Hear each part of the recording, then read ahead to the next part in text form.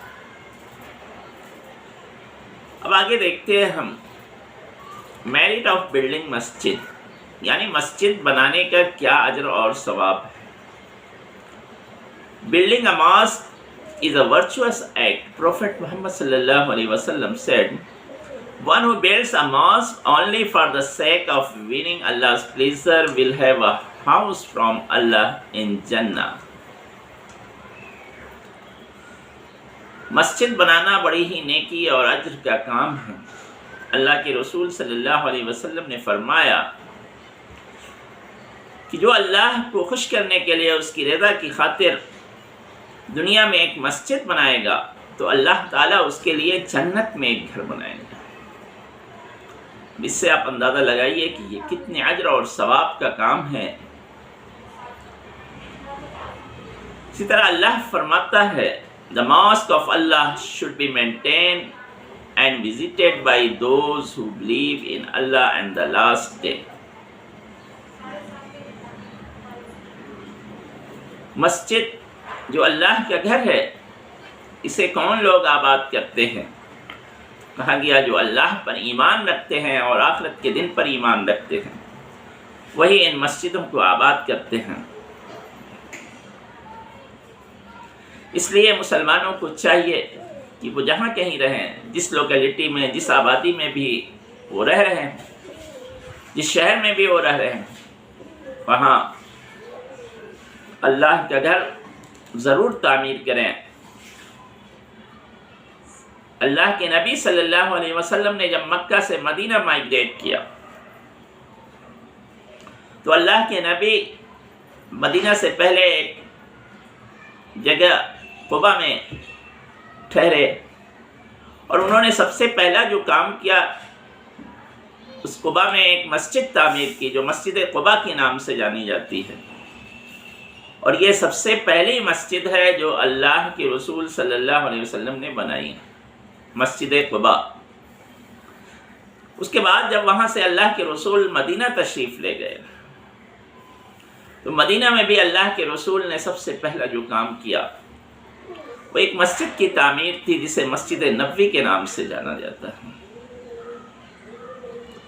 اسی طرح دنیا کی اور ایک محترم مسجد، مقدس مسجد، مسجد اقصی ہے جو یروشلم میں ہے۔ ان مسجدوں کی بڑی اہمیت ہے۔ مسجد اقصی یا بیت المقدس جو مسلمانوں کا پہلا قبلہ تھا، جس طرف رخ کر کے اللہ کے رسول اسٹارٹنگ میں نماز پڑھتے تھے، وہ بھی دنیا کی